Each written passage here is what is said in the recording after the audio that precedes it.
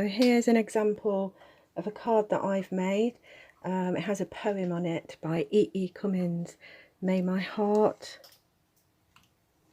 always be open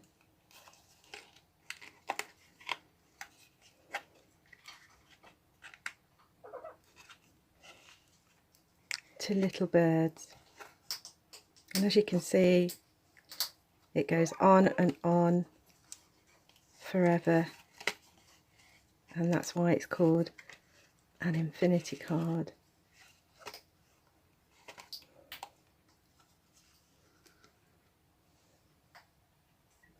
So the first thing you need to do is cut some cards. So I've got some fairly thin card here.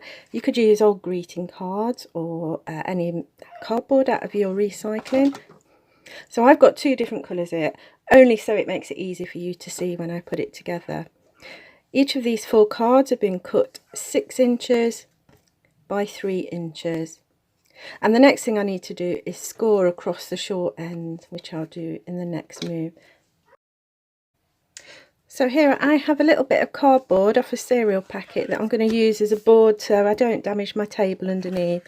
So you start by marking out 1.5 inches in along the short edge. I've just got my ruler here.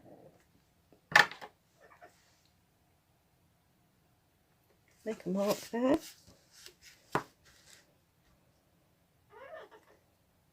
And the same on the other side. And I've got a lovely pointy pair of scissors here, so I'm just going to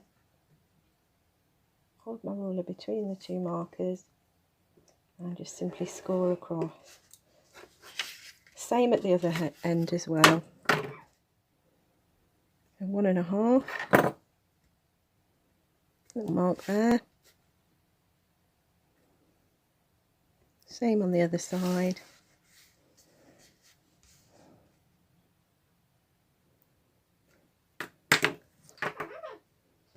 And then a line across. In case you're wondering what that noise is, it's my parrot. So there's the 2 score lines, and then for each one you need to bend it backwards and forwards. Don't worry too much about there being a ridge there, because we'll be covering that up later when we decorate it. So you need to do that with all 4 pieces. Score top and bottom along the short edge for all 4 pieces. Now that all the pieces have been scored along the short edge, the next thing is to construct the infinity card. Now to do that, we lay 2 pieces in a vertical direction and 2 pieces of card in a horizontal direction. We start by gluing at each 4 corners, but be careful that you don't go across the midpoint of that line or below the scored line. So I'm just going to put a blob of glue in one corner, blob of glue in the other. You can use double-sided tape for this as well.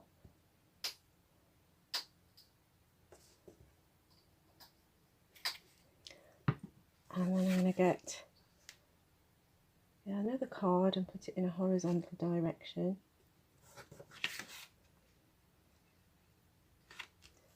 Making sure that they meet in the middle.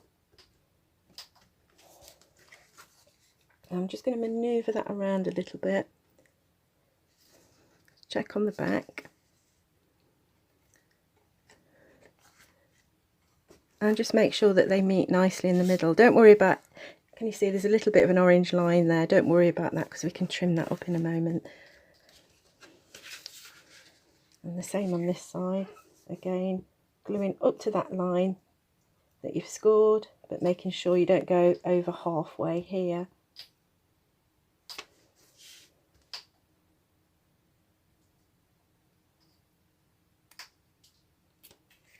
I'm using the cereal packet as a glue board as well. Cereal packets come in really handy for lots of crafting activities. Turn that over.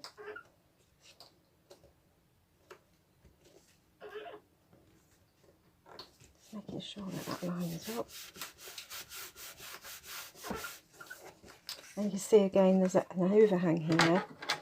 My measuring couldn't have been that accurate, so you can just trim that off if it happens. It won't matter to the final product.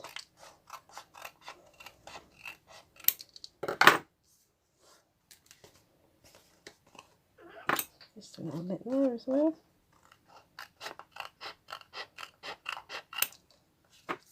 Now I'd recommend you leave it to dry before you start using it, and what I do is I just put a peg on each of the 4 corners just to hold it in position for a little while whilst we wait for it to dry.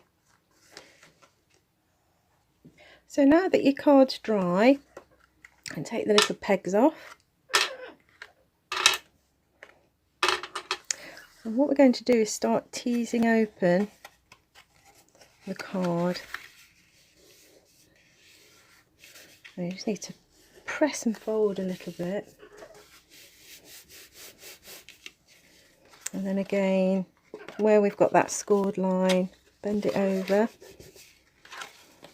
like that, and again, and then back to the beginning. Sometimes you just need to check that they meet, and that meets quite nicely actually. Same again here.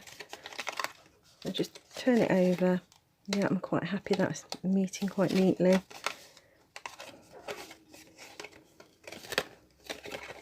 It all seems to be in working order. So there we have our constructed infinity card base. You can also make these from cereal packets. So here's one that I made with a cereal packet here. There. You can see as I open it, you can see the inside of the packet, but once that's decorated, that will be hidden away. The only downside with using cereal packets is the card is quite thick, so when you're starting to decorate, you need to be aware of using sort of thinner materials, otherwise you might find it difficult to open. But that's another alternative. You can use cereal packets or anything from your recycling, or greetings card. In fact, if you use old greeting cards, you could use some of the images on those cards as part of this particular card as well. So the next thing we're going to do is decorate our infinity card. And I just wanted to show you some of the examples of things that you can find around the home. So I've got here some old mono printing that I did with birds on a wire that I've slung on one side for use at a later date. Different types of tape. So this is traditional Japanese washi tape, which is essentially masking tape with patterns on, but you can make your own washi tape using masking tapes. Masking tape's paper with an adhesive side, so you could spend time making your own repeating patterns. This is just insulation tape used for electrical wire, so I've kept some of those that we had left over. I have also got a stamper set, so here I've used the stamper set to make these words here, and then put it on a black background just to lift it a little bit. These are pages from old books that I found thrown into a bin. I quite like these, they've got nice yellowing edges as well, and often the older books have really good quality paper. Here I've got some music note paper as well that I found that had been thrown away. Magazines, so some of the wildlife magazines or bird watching magazines have some stunning photography in, so it's worth keeping those if you come across them. I've got some fabric here, so this is like bias binding, some ribbon that you could also use, bits of paper that I've collected from various places. Christmas crackers, they have quite nice paper as well, so you could put those on one side. Some stamps here. My dad collects these, he puts them in a jar for me, and occasionally I go down and pick them up. Quite like these because they've got little birds on, my favourite.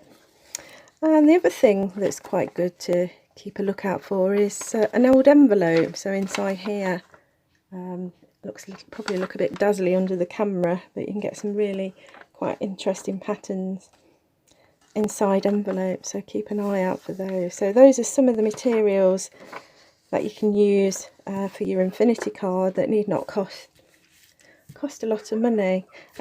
Just one last thing here, I've got this really shiny, it's like gum paper, and I just want to show you what happens as I fold it. There's a white line along here, so just be aware of that if you're putting some of the papers over the fold lines, that you might get a little bit of an unsightly line there, so it might be best to test them out before you use them.